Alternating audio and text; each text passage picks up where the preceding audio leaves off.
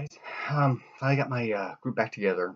One of our players is unfortunately going to be moving away this summer, so I'm not sure how many more sessions we'll be able to keep going with him. And I've only got two solid players that come all the time, and I got a couple other guys who have come on occasion. We just try to nail them down. Well, anyway, session 7 of my Princes of the Apocalypse campaign.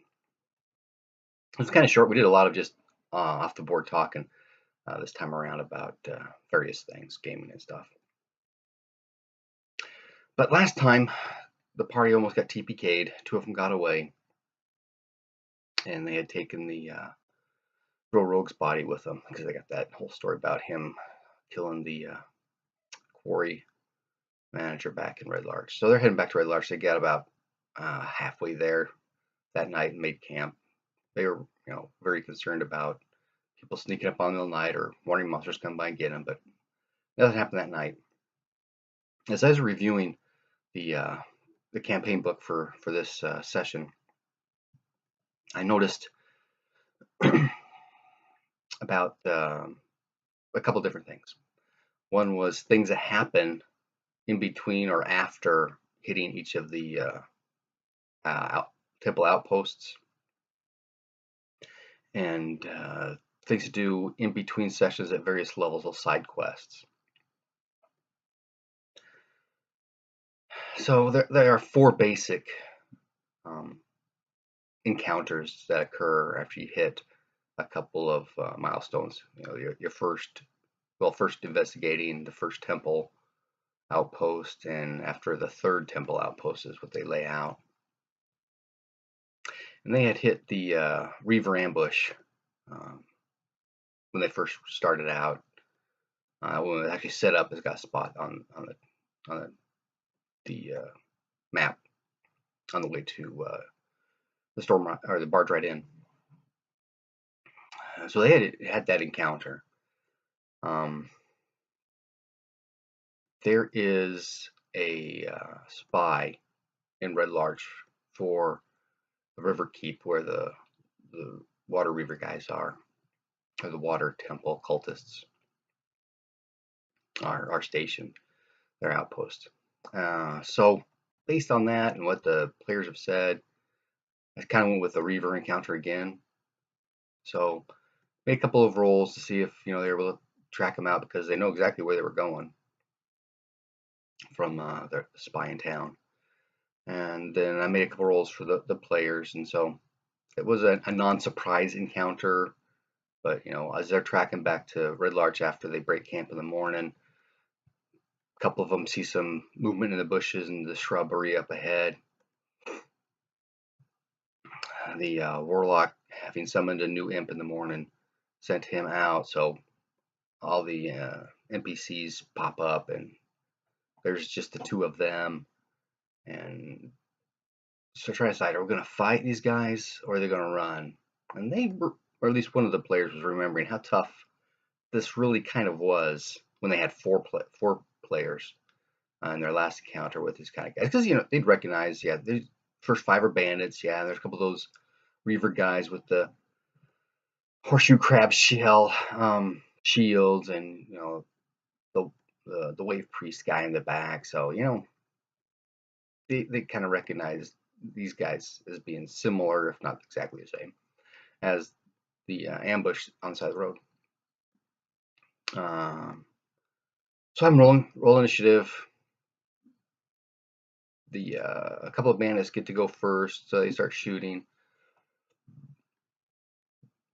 The warlock gets hit by 1 and does a hellish rebuke, and it kills the bandit who shot him or shot her, and decides we need to take off. So she moves out. The barbarian was holding his action, looking at the sorceress to see, okay, what is she going to do? Is she going to stay and fight? Is she going to run? If she runs, I'm going to run. If she stays and fight, I'll stay and fight. So she starts to take off. So the barbarian takes off as well, and he's double dashing kind of stuff. So he's getting farther and farther away. I wasn't sure about the NPC party. You guys are going to track them down. They're going to follow up, that kind of thing. They probably could have kept touch on the sorceress, but I make a couple rolls. They're just interested in check these guys out, doing a little bit of punishment, that kind of thing. So the crossbowmen continue to shoot. A couple of them notice the fact that when you shoot the sorceress, you go up in flames. So only one guy shooting that direction. The others or two guys shooting that direction. The other three are shooting at the barbarian. He gets shot a few more times, and he actually gets down about half his hit points when I figure, okay, they're far enough away, there's enough obstruction with debris and stuff that they're gonna fight, stop fighting. And so the Wave Reaver guys head back to the river because they're going back to their keep, and the PCs get back together, and then they head back into Red Larch. So they go into Red Larch, making a huge ruckus about bandits on the road. We've been attacked. Look at these arrows. Does anybody do anything but us to help protect this town? That kind of thing. And they do this right at the crossroads, right in front of the Shrine of the All Faiths, because they used to have a connection with the Gauntlet there.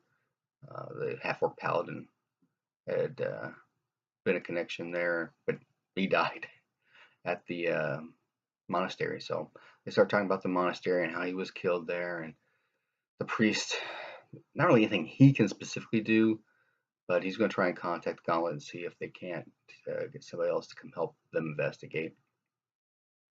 In the meantime, there's a new human wizard in town who hears all about their adventure stuff, and so he's interested in doing that kind of stuff. So he talks with them a bit, and he has with him a dwarf cleric. The dwarf cleric has a couple of hooks. One, he's been tracking the Mirror delegation when he heard that they were missing because he's looking for these books.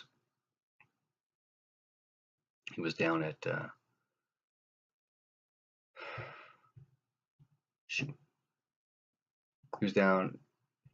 almost there, a place further south where they're waiting for the Mirror delegates to show up, and they never showed up. And they've got these books, and he's looking for these books, and so he hooked up with the wizard who was heading north to Red Larch to just seek adventure. They're just kind of chumming up a bit. So these are two new. Well, one's an NPC, the dwarf's an NPC, and the other's a PC. So they all come together and they all figure out, hey, yeah, we can work together on what's going on with here. And sorcerers realize that, well, they've had contact with a whole lot of people in town. They haven't really gone through town to see, who else there and have they caught all the rumors, that kind of thing. Well, most of the rumors in Red Larch are about the pre-play encounters. Bring first level people up to third level. But there were a couple of rumors dealing specifically with the temples. One of which they had heard already because that's where they went out to the graves. The other one deals with a shop in town who bought a book from a wandering peddler who had bought it down in Womford. That's what call it, Womford. And it's this dwarfish book on history of a place. So the dwarf latches onto that, reads through it, sees what it is. Yes, he's going to buy that, so he buys it from the guy and goes, "We have to follow up on this. We need to go to Womford and find out about where these books came from, if there are any more around, that kind of thing." So, well, they also picked up on another rumor in town about a skull pinned to a tree with a black arrow. It's one of the workup scenarios. Not there's really anything to it. So they go and check it out, and the sorceress is really concerned. She's going to do a mage hand to try and check out the arrow, and the barbarian just walks up there and pulls it out, and takes off the little parchment, which the book tells you it's human skin. Do you know what human skin looks like as compared to regular parchment? Human skin is very, very, very thin, and regular parchment is fairly thick. So, there's an obvious clue that there's something unusual about this. Give that to them. They kind of guess that maybe it is. And the sorceress does a little metagame thing. Well, I hold it up and look at the cells. And, well, yeah, right. You really know about that. I learned that in 7th grade. Not water deep, So I kind of squashed that a little bit, but keep going with the hole. It's really thin and doesn't feel right. And, so they keep it, and the barbarian takes the arrow and sticks it in his backpack. And the whole glitch to this thing is that there's some nightmares go wrong with Maybe Touch the Arrow, and then there's a version that I did have to you the next 10 day. I'm going to run into Dead, so that won't really take effect. It would have been good for that to happen before they went to Lance Rock, where there are some undead, but that's okay. Little flavor. We'll see what happens. So they head back to town rest of the night, and then they take off the next day and head down to the Barge Ride Inn. Well, they go all the way down to Womford. Womford, teeny village. Teeny village. Dozen households. They'll have a couple. Well, most of them have a little secondary shop. There's the grain mill there. There's the silos and the shipping. That's it. So no place to stay. So they head back up the hill to the Barge Ride Inn, and they start talking with the innkeeper there, things going around, rumors, that kind of stuff. Yeah, pirates have been down the river all the time, that kind of stuff. Well, there is also a side quest tied to the Barge Ride Inn, where the innkeeper has to take off to Waterdeep and ask the PCs to hold down the inn while he's gone. And that's just not going to happen with these guys. They don't have that kind of connection. None of them are Zentarum, and it just didn't feel right. But I started thinking, I started reading through it. This is two of the poor decision things I did during this session, and one was taking time out to read through this side quest, because it slows everything down for everybody. But what happens during the side quest is there's a couple of robberies that happen, and after the first robbery is found out, they lock the whole place up. So I started thinking, that'd be kind of cool. They get trapped inside the Barge Ride Inn. There's an investigation going on, this mystery of stolen stuff. I think somebody ends up being killed. Some more stuff ends up missing, and they could get involved with the investigation. Help find all this stuff with whoever was duped into covering for the innkeeper. So I was really struggling with that, but my PCs, my players, not that they wouldn't be interested in that. I think they would be, but it's been so long since we played. I think they really want to do some fighting, that kind of thing. Even though they were hugely outnumbered with the Reavers and everything, we got split. So I wasted way too much time fumbling over that scenario and trying to figure out, would this work? How would I fit it in? And would it be worth our time? So I decided, they're after these books. They're on their little quest right now. Let's go ahead and finish that up. So unfortunately, I wasted a bunch of time doing that. So they spend the night. Next day, they head back off to Womford, and you go through the whole explanation about the teeny village. There's the dock, and there's the 3 keel boats. So they'll go down. They're looking, about these books. Ask around, and everybody says, "Hey, check out the docks." So they'll go down to the docks, and they talk with the first keel boat, and they don't know anything about it. The second keel boat, he says, "Yeah, there's all kinds of stuff coming through here all the time. Unfortunately, bandits show up and that kind of thing." Oh, before we went down to the pier, I'm trying to figure out who's in charge. So they go up to the granary and say, "Hey, who's in charge of town? How do things work here? If I've got an issue, who do I talk to?" That kind of thing, because they finally caught on to the fact that there is a law and order in my world, and they want to try and stay away from the outline as much as they can. But Womford's run by excuse me, whatever gang's in town at the time. So it changes all the time. Whoever's the boss guy shows up, he's pretty much in charge at the time. We just try to lay low and keep the grain flowing.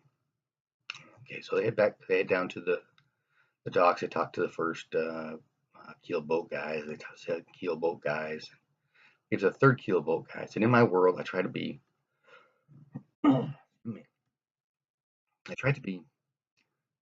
realistic isn't necessarily the right word, but believable.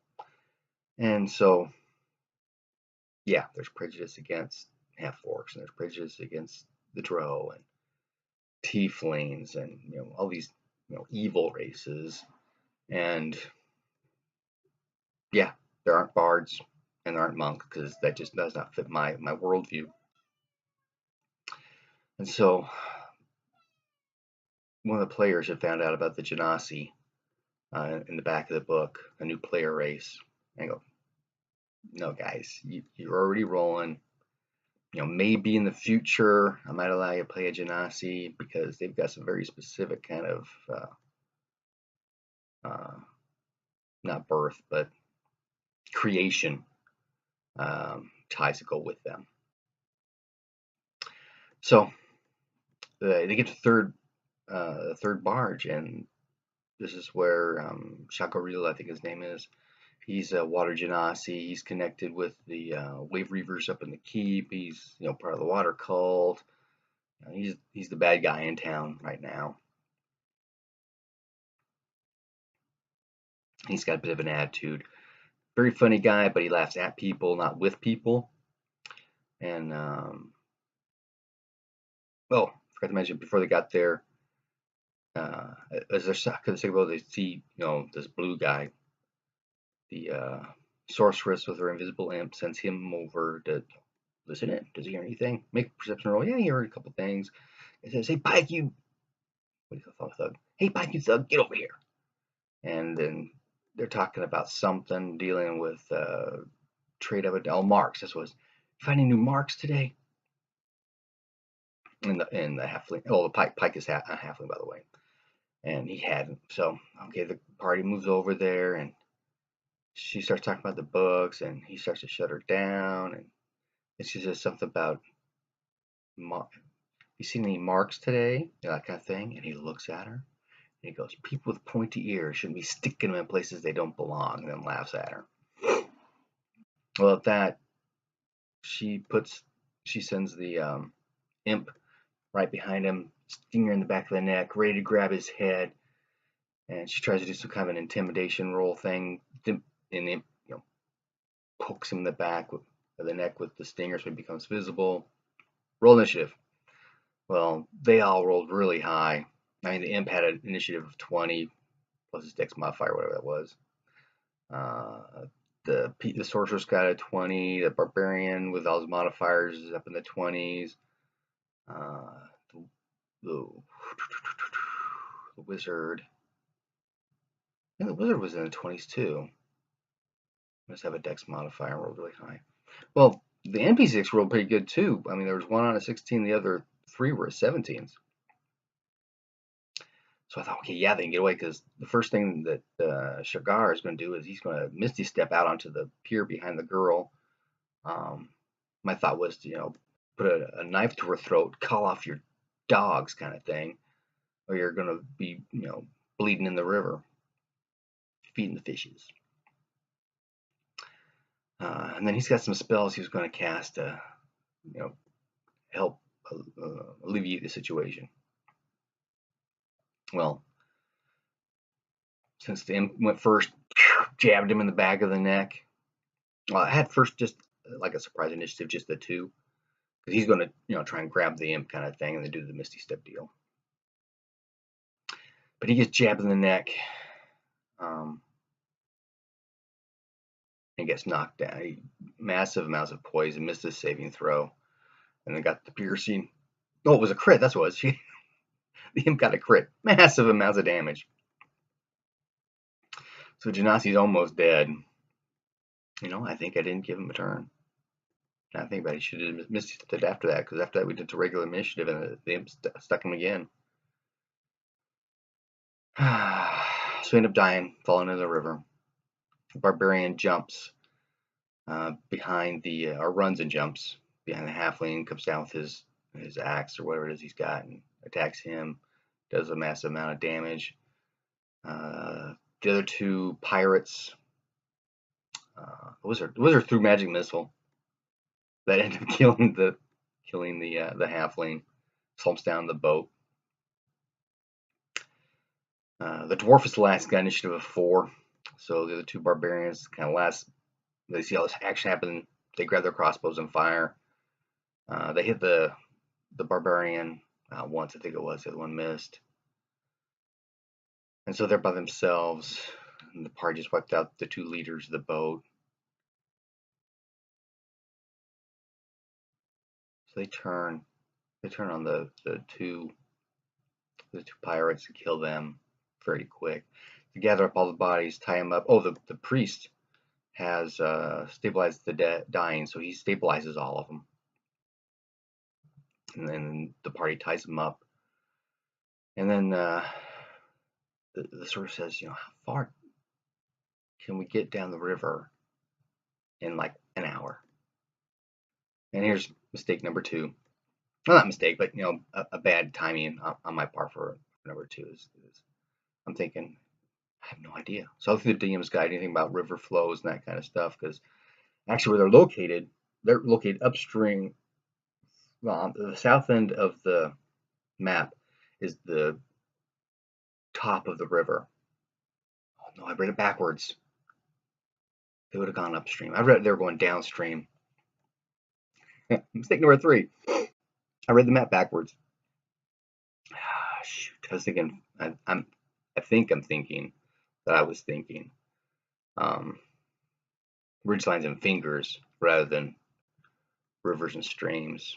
Because if you look at it, it's obvious they're coming from the hills into the rivers. They would have been going upstream towards Tribor. But I had him going downstream. So I started, how fast is a river flow? In the DM's guide, it says a keel boat goes 1 mile an hour. Okay, got that. That's self-propulsion. That's how fast it goes. They're going downstream with the river, at least I thought they were. Downstream with the river. How fast is that? I mean, rivers flow fairly quickly sometimes. I've been whitewater rafting. I've been canoeing. I know, water can travel. And sometimes not so fast. So I'm from Idaho Falls. Snake River runs right through town. So I Googled pretty quickly. I use my laptop to maintain some of my stats and stuff. I Googled really quick how fast does the Snake River run? And because I'm not going to spend a whole lot of time, I'm trying to go as fast as I can. There's a thing about it moving 1,500 cubic meters of water every second. So I take the cube root of 1,500 and do a meters per second conversion to miles per hour and came up with 11. Which, as I think about now, is pretty quick. That's whitewater rafting kind of speed, and the Snake's not always that way. And this is a thick part of the river, so 20/20 hindsight, it really shouldn't have been going that fast. I should roll like a D6 for how fast it's going at the time, because water levels rising and lower and that kind of thing, depending upon rainfall and all that kind of stuff. Something else I need to do that I didn't this time is investigate or highlight environmental issues that are going on because of the temperature rising up. There's going to be windstorms, downpours, earthquakes. I don't really see any volcanoes popping up, but that kind of stuff happening around them, and I haven't mentioned that. I need to up that some more. So I figured, okay, 12 miles down the river, that comes up really close to where the Earth Temple ambush party, who ambushed the Mirabar delegation, came down to the river. So I just put the two together. You coming up, hey, this is where, look at that trail up there. This in keelboat marks. This is where that happened. So they pull over, and the sorcerer's kind of concerned. Do we really want to leave these guys here? They decide to go ahead and do this. So they dump the bodies with a note, straighten up your life, do good, not evil, that kind of thing. And that's where we ended. That was a decent ending spot for us. And it was getting close to time when some of the guys had to go. So that's where we started. A fairly short session. Didn't have a lot going on. Had some role playing happening. When they went back to town to Red Larch, the female half orc they had a crush on, the half orc barbarian, wasn't there. She had left. They told their spiel about the drow having confessed at the barge ride in, about having taken out this old lady at the quarry, and rummaging through her stuff, looking for all their gold, that kind of thing, and then blaming a bunch of barbarians. And so they told that story to the constable, and the constable still remembers it was a sorceress who said it was the barbarians. She came running out there, barbarians attacking, barbarians attacking. So he's really not so sure about what's going on. Plus, all the weird stuff that's been happening with them, he's just not sure, but he doesn't have any nail on them. So he's just keeping an eye out on them for now. There's some construction going on, trying to fill in uh, the hole that appeared in town, sunk into the underground caverns. There, some construction going on with that. There's still the whole issue of the believers and who belongs and who doesn't, and what were they doing and why. And so there's some suspicion going around. A couple people have been nailed on that, and they're all confessing, "Oh, yeah, I didn't do it. I didn't do it." They're all pretty much blaming those who get caught are pretty much blaming the Corey mistress. Easy cop out, so she's dead. But they specifically asked about the Wainwright because they know about the tunnel coming up in the Wainwrights, and there was the halfling who was really suspicious of his boss, but he's keeping his mouth shut right now. Eventually, I think it'll come out. But they asked about the Wainwright, and right now the Wainwright's not being plugged because the people haven't found the secret door in the back tunnel. So that was my session, an ambush where they got away because they ran. Good choice. Some role play in town. A couple of minor scenarios. Encounter down an actual combat encounter down at the docks, and got him headed towards the river keep. I kind of want. Oh, the dwarf found 5 more dwarven books, in the Keel boathouse. So he's stoked about that. But there's still, a handful that are missing. I'm trying to steer them towards the river keep. The river keep seems to be the lowest level encounter, and then the one with the air cult, and then back to the earth cult, and then the fire cult's the hardest level wise, as they scenario it out. But I got 2 third level guys and 2 second level guys. They just leveled up after that combat with the Genasi. I mean, he was 1100 experience points alone. So they're both second level now. They'll have to level up and figure it. I'll have to figure out how. Well, I know how the wizard's going to work. He still has the spells he started with. He can now cast them at a higher level, kind of thing, or he has whatever he learned initially, and maybe he can cast more. I'd have to look at the Player's Handbook on it. I wasn't too worried about the time, so we can do in between sessions. And the dwarf cleric had also leveled up, so we'll see how that goes. So 2 second levels and 2 third levels. Oh, that reminds me. On Facebook, I think it was GMs and DMs, their page. There was discussion on what do you do about adding new players? Do you just start a new campaign? Do you let them come into the current campaign? At what level? At first level? At something else? And my basic philosophy has been, if you pick up new PCs, they're first level. But one of the comments was a guy says he brings them out at half the party level, and that does make sense to me. And so I was leaning that way, but since they were third level, taking them as first anyway. But that got me thinking, and this is, I guess you call it an issue that I found with a lot of the online playing when you get new guys in. Specifically, my first encounter with this was with Critical Role when Scanlan left and Tyrion showed up. Tyrion's the same level of the party because that's the way Matt plays. He wants to keep everybody, on an even keel kind of thing. And I'm thinking, what did Tyrion do to get him to 9th level? He even complains that he's not a real adventurer. And that ties back into my whole concept of previous experience and basic world level. In my fantasy trip stuff, I've got a whole system built out. Not everybody starts out at first level.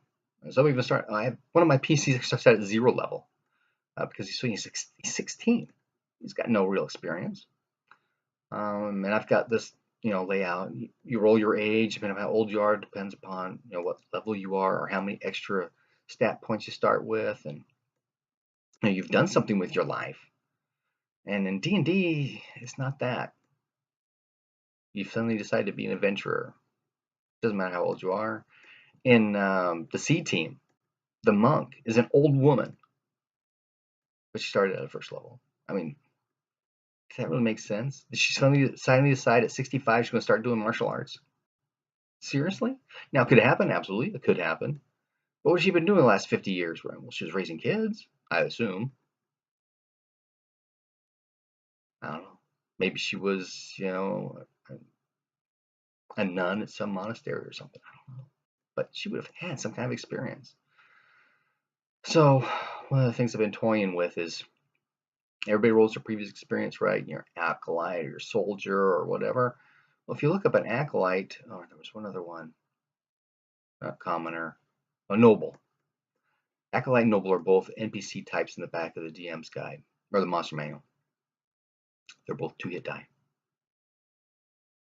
and they've got some skills and stuff. So I was thinking maybe that's how I should do it. Yeah, you've been an acolyte, but how old are you? You're 30 years old. You've been an acolyte for 10 years at least, if not more, probably 15. 15 years you've been an acolyte. You're gonna have some hit die. You're gonna have some skill. And so I'm on the side. I'm playing with that. I've also played with armor classes and what I call baseline hit points. Everybody starts out with the max die number in 5th edition. That means you can have a Goliath essentially with the same number of hit points as a gnome or a halfling, and that makes no sense to me whatsoever. So one of the other things I've done is halflings and gnomes, just like from the DM's guide, small, not medium creatures have a die step down of hit dice. And so if you have a halfling paladin, he's not going to get 10 hit points, he's going to get D8. Now, does that go contrary to the whole concept of maybe it's exhaustion and not actual damage you're taking? Perhaps, but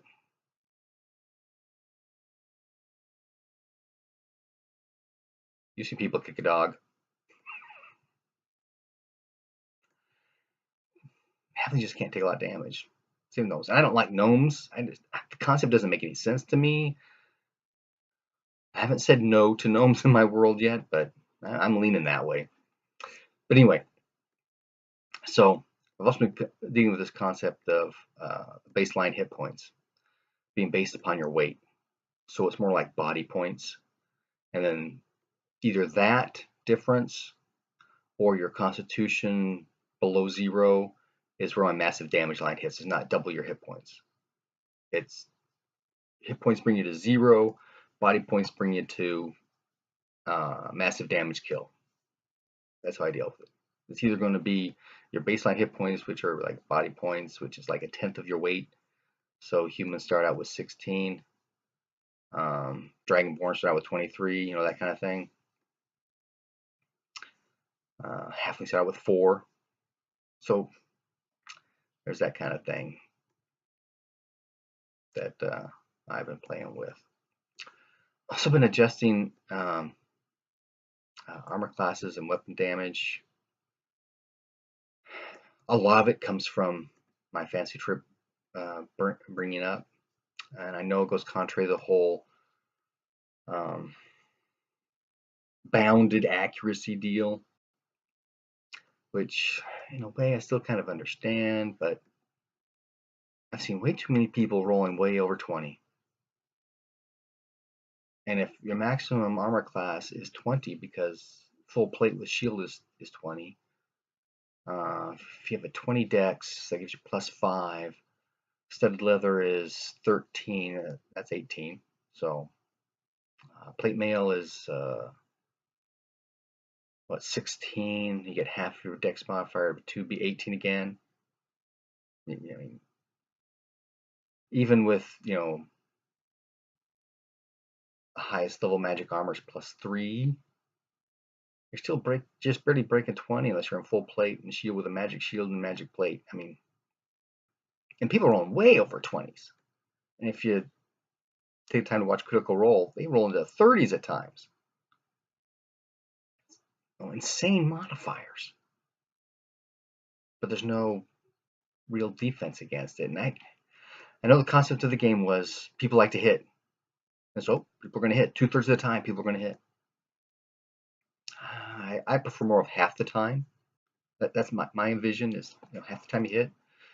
And if you're a first level fighter and your baseline attack skill is 16, that gives you a +5 to hit.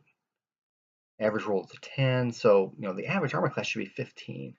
So I went through and I messed with the armor classes and got so that the average of all the armor classes is 15, and the most common armor should be a chain shirt, so that should be 15. So I did some with modifying with that, and then when you look at wizards casting Firebolt doing a D10 of damage, got a fighter with a longsword doing a D8.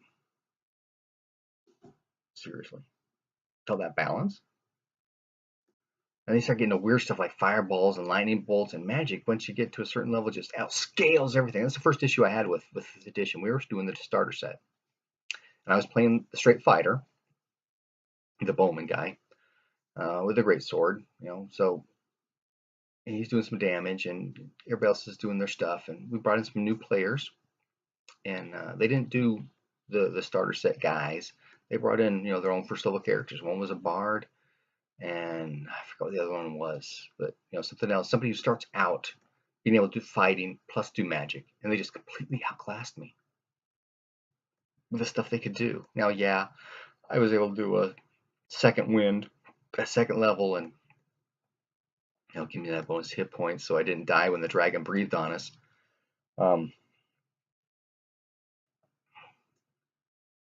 But that was my epiphany with 5th edition. Is if you play a character with no magic abilities at all, he's going to get outclassed fairly quickly, and I didn't like that. Otherwise, magic users should be running the world. It doesn't matter if you got a whole army of guys if you can do all this massive magic damage. So I try to beef it up. If you're a first level character and you get hit with a great sword, you're going to get cut in half. Second level, probably going to get killed. Third level, you'll probably survive, but it's going to hurt. So I did all kinds of messing with the dice based upon what I did with my modifications on the fantasy trip, between swords, axes, axe maces. The whole concept is as you skew that direction, the minimum damage increases, but the maximum damage decreases. But at that strength level, the average damage is the same. Little thing I did. So I went through with another game we're doing. We're actually doing the Temple of Elemental Evil, another campaign I'm running. Right straight out of T1 through 8. Now I have taken a whole bunch of stuff from the 4th edition module and from the online stuff I've seen, and the computer game, because use all this stuff to help bring life to it, to mess it all up and make it cool. And I think I've done some decent stuff with that. But we're experimenting with all these rule changes in that campaign. So if this party, well, they didn't get killed by the frogs, and they haven't run the bandits yet. So if the bandits kill them off, then we'll do this whole previous experience modification where you have more hit die kind of thing, maybe. But does that go completely contrary to having weapons that do massive damage? But they're not really first level anymore because they're multiple hit die. So I think I'm okay with that. Well, anyway, there's some of my spiels, my 2, now 3 errors with the session, and how things went with my Princess Apocalypse campaign. Thanks, guys. We'll see you later.